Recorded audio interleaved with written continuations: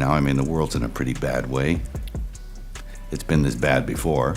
It's gonna get that bad again. I mean, we seem to learn a lesson. Stings like a bitch. We be. Christopher Walken, first time I ever did a casting session in America. Yeah. Terrified me. Me too. I mean, fucking hell. I came to meet the guy. They said, oh, he's flying in. He managed to transcend and get above the war. We've always had it. We always will have it. Mel Gibson's latest bombshell has tongues wagging as he pulls back the curtain on Diddy and his power play. It's a juicy tale of celebrity clout and the not-so-subtle grip it holds over the industry's power players. Get ready for a wild ride through the glitz, glam, and maybe a few skeletons in the closet.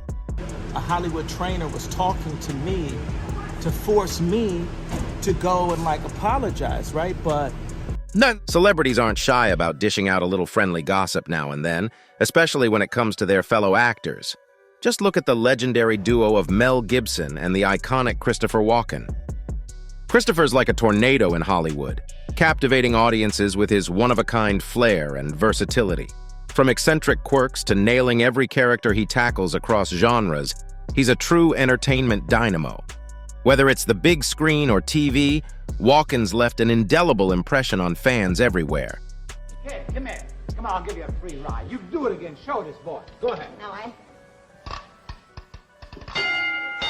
That's terrific, kid. That's terrific. Christopher Walken possessed a commanding voice capable of silencing a room, a visage captivating enough to inspire legends, and a demeanor so solemn it could curdle milk. It was his eerie aura that truly captured Hollywood's attention. Walken's niche lay in portraying characters of such intensity that they could send chills down your spine quicker than a roller coaster ride.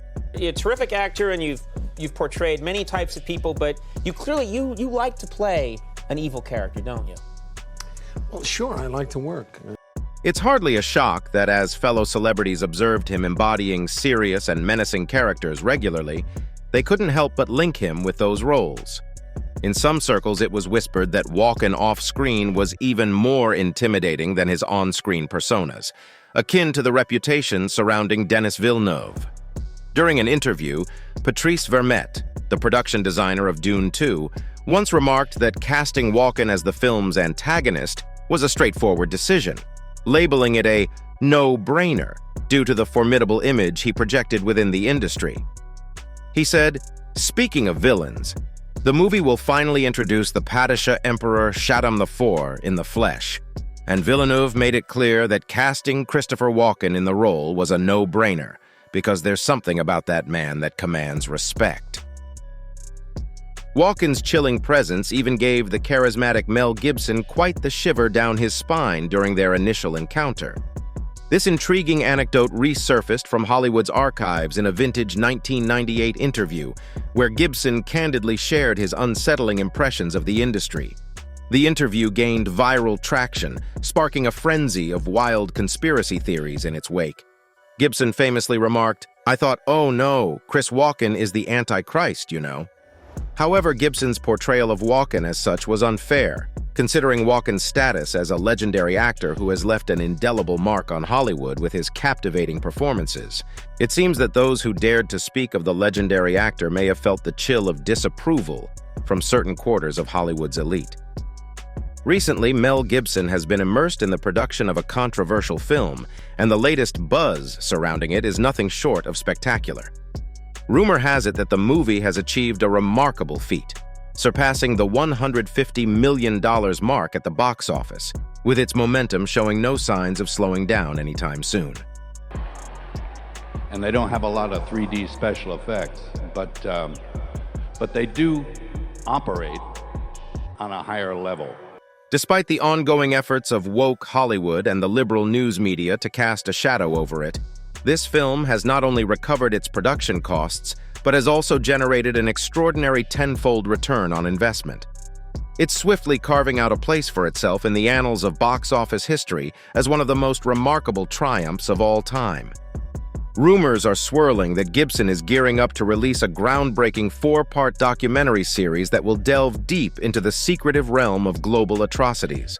According to reports from Newsweek, This stunning revelation is set to illuminate the industry's staggering annual revenue, which reportedly reaches a mind-boggling $34 billion. Such a figure is so astronomical that it's difficult to comprehend, even surpassing the yearly earnings of the airline industry. Here is Tim Ballantyne from Operation Underground, who is reportedly the main character in Gibson's movie. He's a leading figure in the global fight against human trafficking and spoke about Gibson's involvement in the project. Ukraine got a phone call from Mel Gibson. He actually did the final edit of The Sound of Freedom. That's how we know each other, but not well enough that I'd be getting phone calls. They told me that he was in Budapest. This movie purportedly tells the true story of Tim. Behind the controversy surrounding it lies the tale of Tim Ballard, a former CIA operative who later joined the newly formed Department of Homeland Security. Ballard reportedly spent numerous years targeting consumers of illicit material, yet despite his tireless efforts, he struggled to rescue the young individuals ensnared by exploitation. According to Tim, I had spent 12 years as a special agent, undercover operator for the Department of Homeland Security working C crimes, Connecticut. And it was kind of an evolution. The first few years, it was mostly just end-user, collector cases of people who are possessing, distributing CE material. And always wondering, where are the kids? I see these videos, it breaks my heart. I gotta describe them. There's a scene in the movie that breaks my heart where Jim is crying as he's having to describe these horrific scenes of children. And when I say children, I mean average age, 7, 6, 5. According to Angel Studios, the company holding the licensing rights to this movie, the film's purpose is to put a spotlight on the global movement to end the trafficking of minors by successfully distributing this film to a worldwide audience. It's truly astounding how Hollywood appears to be giving this movie the cold shoulder. The film's resurgence in the spotlight is raising eyebrows across the board. One prominent figure facing scrutiny is none other than Oprah Winfrey. You may recall her substantial $40 million donation to the Oprah Winfrey Leadership Academy for Girls in South Africa, a school known for its luxurious amenities, such as a yoga studio and beauty salon. You now seize the opportunity, and that's why this is such a victory. Tomorrow, you will hear me doing the because it's a victory celebration. In a shocking twist, whispers emerged that mere months after the grand opening of the school, the dorm matron faced arrest on charges involving several 7th and 8th graders. Oprah, it's rumored, distanced herself from the situation, with murmurs suggesting she pointed fingers at the school administration, alleging a cover-up and vowing to pursue justice rigorously. These revelations have harshly illuminated the darker facets of philanthropy and have sparked concerns about the industry's handling of such serious matters. She said, "I wanted to hire an independent team because my experience with CP is that no one ever adjusts one child." The recent revelations from Mel have indeed shifted public attention towards Diddy's case and the allegations surrounding his purported involvement in illicit activities. Let's delve into the details concerning Diddy's former girlfriend and her entanglement in his legal woes. Young Miami, now implicated in Diddy's legal troubles, allegedly aided him in the transportation of narcotics, according to fresh allegations in Rodney Lil Rod Jones's lawsuit against the rap icon. Recent court filings claim that Carisha Romeka Brownlee was involved in transporting a substance known as Pink C for Combs in April, adding further depth to the $30 million lawsuit initially filed by Jones back in February. That Young Miami, aka Carisha, was part of Diddy's ring. I ain't gonna say what kind of ring, you know what kind of ring. Know what I mean? That Young Miami was transporting pink powder to the diddler. In an additional 25 pages included in Jones's submission, as reported by The Hollywood Reporter, the lawsuit contends that the 54-year-old had a preference for a substance referred to as Pink C, 2CB, or 2C. This compound, described as phenylethylamine 2CB, is purportedly a combination of ecstasy and cocaine. Allegedly, Diddy obtained these drugs from Brendan Paul, identified as Diddy's purported drug courier, who was recently apprehended. However, when Paul failed to deliver the narcotics on certain occasions, Diddy allegedly turned to Brownlee as an alternative source, according to the additional details provided in Jones's lawsuit. So 2C is the cocaine. but they take the cat and cook it up. And they fold it into the coke. Updates to the lawsuit were first reported by XXL magazine. These updates include mentions of rehearsals believed to be in preparation for the April 2023 Something in the Water Festival, curated by Pharrell Williams, held in Virginia Beach. The lawsuit highlights that Diddy shared the stage with Pharrell during this event. Plaintiff and the Combs RICO enterprise were rehearsing for Something in the Westival, Sci-C in Virginia. The court filing reads, according to the outlet, Plaintiff Jones personally witnessed Mr. Combs do a few lines of coke in his dressing room. Defendant Sean Combs wanted Tusi, but Brendan forgot it. So defendant Christina Coram called Young Miami, who then brought it on the private jet from Miami. According to the lawsuit, the 37-year-old plaintiff alleges that the prominent figure in the fashion and music industries repeatedly subjected him to SA during the period he was involved in working on his latest album, spanning from September to November 2022.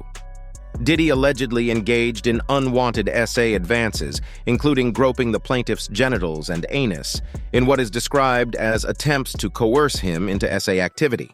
This is a gripping story. Producer Lil Rod, whose given name is Rodney Jones, has now accused Sean Diddy Combs of operating a racketeering enterprise. The lawsuit further contends that Jones was coerced into soliciting sex workers and subsequently compelled to engage in sexual acts with them. Additionally, the documents assert that Jones experienced unwelcome sexual attention from actor Cuba Gooding Jr. and others. The plaintiff also claims to have been drugged, stating in the filing that in February 2023, he regained consciousness feeling disoriented and dizzy, alongside Combs and 2 sex workers. Diddy has denied the accusations outlined in Lil Rod's original lawsuit. The Hollywood Reporter contacted representatives for both Diddy and Brownlee, but did not receive an immediate response. Agents conducted raids on the residences of Grammy-winning artist Combs in Los Angeles, New York, and Miami, as confirmed by a spokesperson for Homeland Security Investigations New York. The raids were described as part of an ongoing investigation, with assistance provided by HSI Los Angeles, HSI Miami, and local law enforcement agencies. Diddy's attorney, Aaron Dyer, stated that the raids were prompted by multiple civil lawsuits filed against the rapper mogul. This unprecedented ambush, paired with an advanced, coordinated media presence, leads to a premature rush to judgment of Mr. Combs and is nothing more than a witch hunt based on meritless accusations made in civil lawsuits. There has been no finding of criminal or civil liability with any of these allegations. Mr. Combs is innocent and will continue to fight every single day to clear his name, he said. The recent complaint marks the 5th legal action taken against the rapper since his former longtime partner and recording artist Cassie filed a lawsuit in November, alleging SA.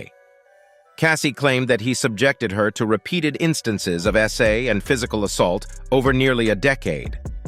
Subsequently, the 2 parties reached a settlement. There are also accounts of how Diddy allegedly lured young rappers and exploited them with the help of drugs. Once celebrated for his prowess in music production and artist management, Diddy has seen his reputation increasingly entangled in stories of sexual escapades rather than musical achievements. Recently, his pattern of pursuing young men within the industry has drawn attention. Reports suggest that Diddy employs a specific approach, often enticing these individuals into his car under various pretexts, ultimately leading to sexual encounters. Allegations against Diddy surfaced gradually, fueled by testimonies from individuals who experienced his advances. These accounts, combined with mounting evidence and public scrutiny, have contributed to the unraveling of his private conduct, tarnishing his once esteemed image in the music industry. You will definitely be upset. You will definitely be upset because you will be outdone, motherfucker. Despite Diddy's public persona as a devoted father and family man, revelations about his private conduct paint a starkly contrasting image of the music producer. Numerous incidents have come to light where Diddy allegedly targeted young heterosexual male rappers, coercing them into engaging in sexual acts with him against their will. Daddy. I like when you like this, Daddy. Daddy, I like when you scrambling and scraping for shit. The rapper Jaguar recently recounted an unsettling incident involving Diddy and the singer Christopher Williams. According to her recollection, someone unexpectedly walked in on Diddy, catching him in the act of coercing Christopher Williams into performing oral sex on him. She walked in, the door wasn't locked, so she didn't think twice about just walking in. And when she walked in, she saw Christopher Williams performing fellatio on Puff. It's disturbing to hear that Diddy's behavior was so brazen, not even bothering to stop when caught in the act. Such blatant disregard for boundaries is deeply concerning. Now, from what she said to me, it was disturbing because, you know, they didn't stop. These allegations are deeply troubling and, if true, highlight a pattern of predatory behavior. It's important for such serious accusations to be thoroughly investigated and addressed by the appropriate authorities. It's concerning to hear about these interactions, especially if they involved unwanted advances or coercion. Everyone deserves to feel safe and respected in social settings, and behavior that crosses boundaries should never be tolerated. Method Man was seated in a club in LA when Diddy approached him. It seems Diddy was drawn to him because he then attempted to flirt with him in an unusual manner. Instead of engaging in a straightforward conversation and extending a typical invitation to Method Man, Diddy chose a different approach. He opted to send someone else to lure Method Man into sitting in the car, which might indicate a strange fascination with putting straight men in uncomfortable situations. Method Man wasn't the only straight man allegedly put in such a position by Diddy. Another rapper, Xzibit, has shared a similar unsettling experience. Diddy invited him for a night out, but it turned out to be at an explicit gay club. Xzibit, unaware of the club's nature, found himself surrounded by men engaging in affectionate behavior. It wasn't until he witnessed a man dancing provocatively that he realized he had been misled by Diddy into attending a gay club.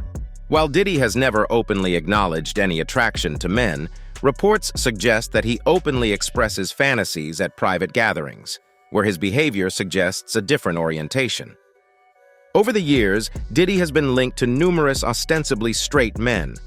At one of Will Smith's notorious parties, the infamous gangster Keef D was surprised to see Diddy, known for his family, and Tupac, known for his relationships with women, displaying mutual interest.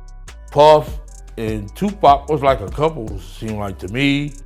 It was just a lot of weird going on.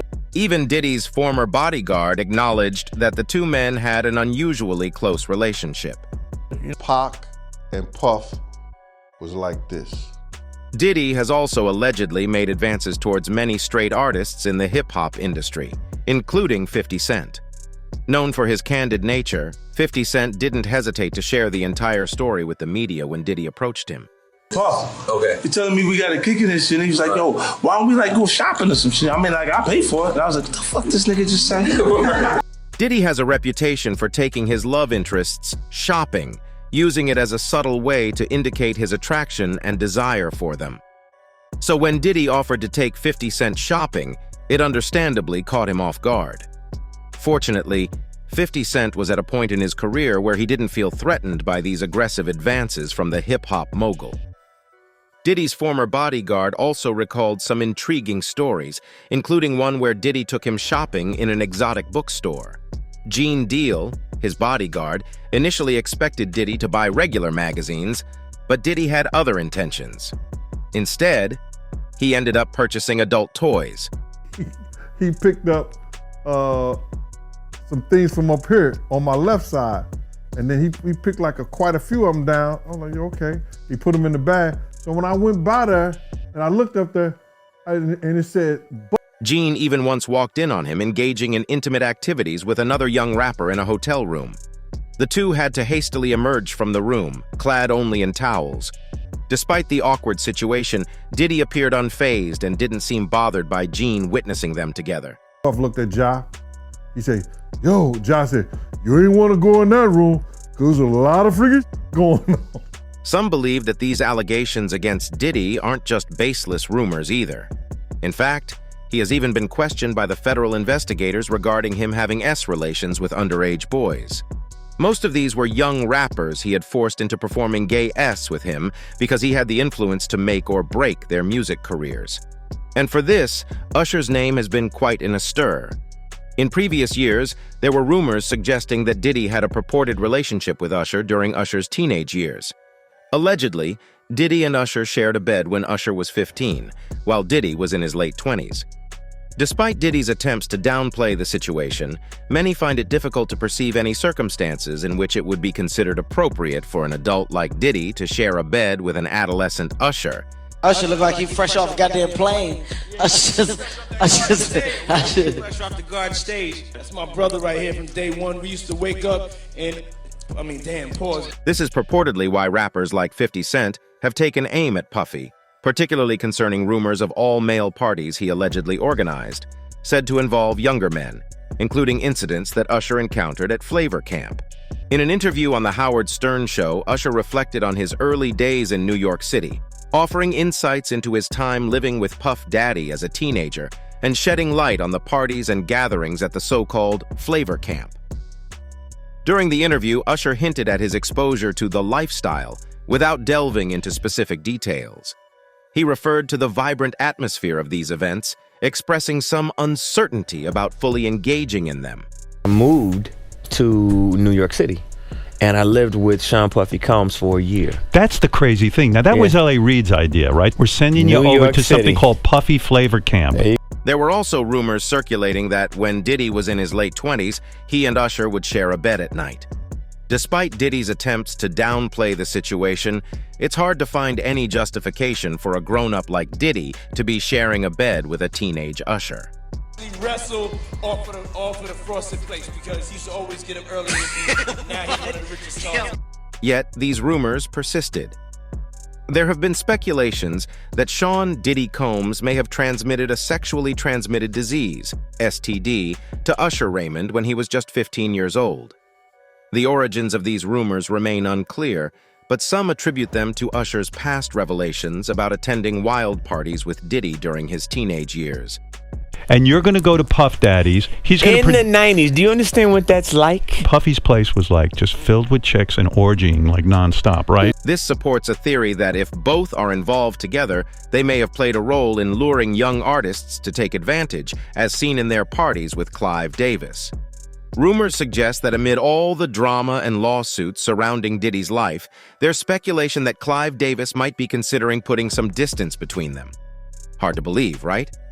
Those two have been close for ages. Despite Diddy facing serious allegations of SA by a group of women, he's reportedly still on the guest list for Clive Davis's legendary pre-Grammy bash.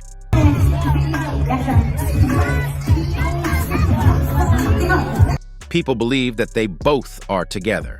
One fan wrote, "Wow, I have always thought it was a crazy rumor that Clive Davis liked men.